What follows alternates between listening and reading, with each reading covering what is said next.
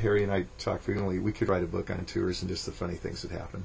Yeah. Just all the adventures and everything that happened. Mm-hmm. Would you like to hear the most significant one? Sure. To me? In 1990, we took concert choir to Ireland during the summer and to England. And it was the first time I took choir to Ireland, and it was just a magical trip. It was just like everything you touched turned to gold. We were treated beautifully. We had great venues to sing. The people were so welcoming.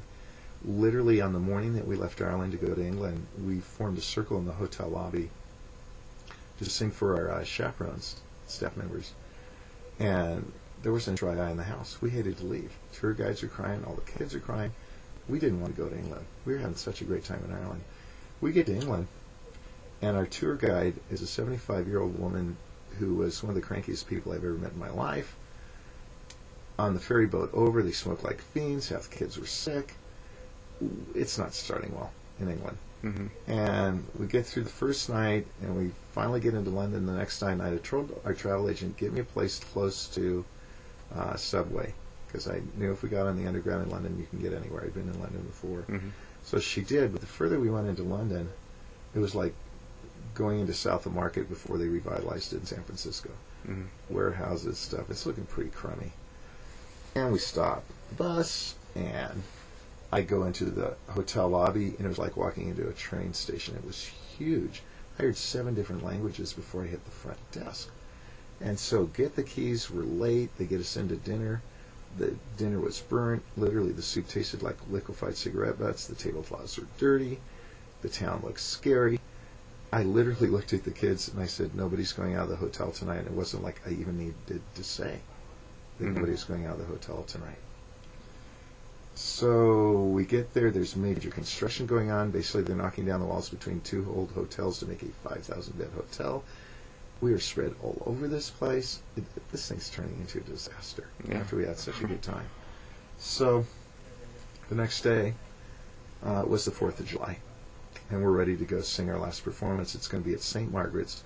St. Margaret's is the church that literally sits on the same plot of ground as Westminster Abbey, and across the side street are the Parliament buildings.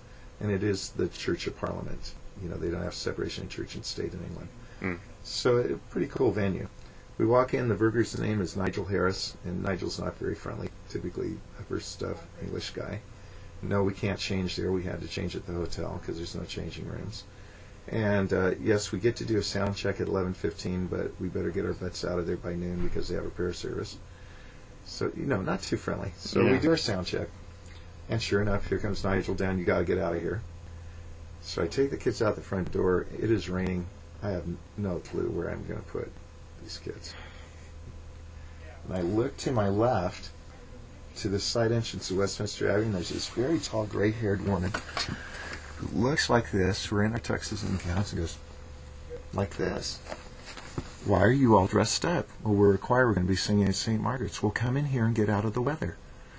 Basically bypassing the entrance fee. We're a choir. Well, I have to show you the choir stalls. This lady could not have been nicer. Turned out she was a docent there, a doctor's wife, super friendly. So literally takes the ropes down so we can stand in the choir stalls because after all, we're a choir. We do our trip around Westminster Abbey kind of as a group. She's with us, showing us things. She's taking us under her wing like a kindly grandmother. First nice person we met in England. Yeah. And we get to the area where we wait to go outside. It's still raining, and our thing doesn't start at St. Margaret's until 1:15. We're gathering the kids, and one kid says to me, Travis, wouldn't it be great if we could sing in here? I thought it'd be kind of cool to stand up and sing a song, but I better ask permission. So I asked her, and I said, would it be possible for us just to sing a song? And she goes, well, you have to have permission, let me ask. So she asked, this priest happened to be walking by. Well, he had to go check with somebody else, and minutes passed, nothing's happening, and I'm sitting there, all we want to do is just stand up and sing a song, just to say we got to sing there. So finally it comes time we have to go back to St. Margaret's, and she looks at me and she says, if you get invited to sing, I will come over and get you from St. Margaret's. So the kids are literally lining up to go on the front platform steps at St. Margaret's. We've walked back over there now. She's literally running down the aisles at 1:13 as the kids are going on. You've been invited to sing for the 2 o'clock prayer service at Westminster Abbey. So we sing our concert. We file out without breaking rank into the front of the nave altar at Westminster Abbey, and I forget who was buried on which side, But George Frederick Handel, the guy who wrote The Messiah, was on one side behind us, and Sir Isaac Newton, the guy who discovered gravity, was on the other side of us. The priest ascends his pulpit in his regalia. This is Westminster Abbey. There's probably 300 to 400 people sitting on the pews.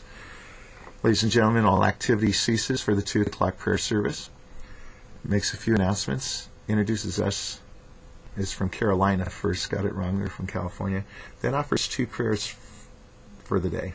The first is the Lord's Prayer, and the second was a prayer for the United States of America on this their Independence Day. God bless their President George Bush. It was the first George Bush in 1990. Thanking God for all the good Americans have done in the world. Amen. And now the choir from America will sing for us. It's 4th of July, 1990. We had no clue when we left that morning that we were going to sing at Westminster Abbey.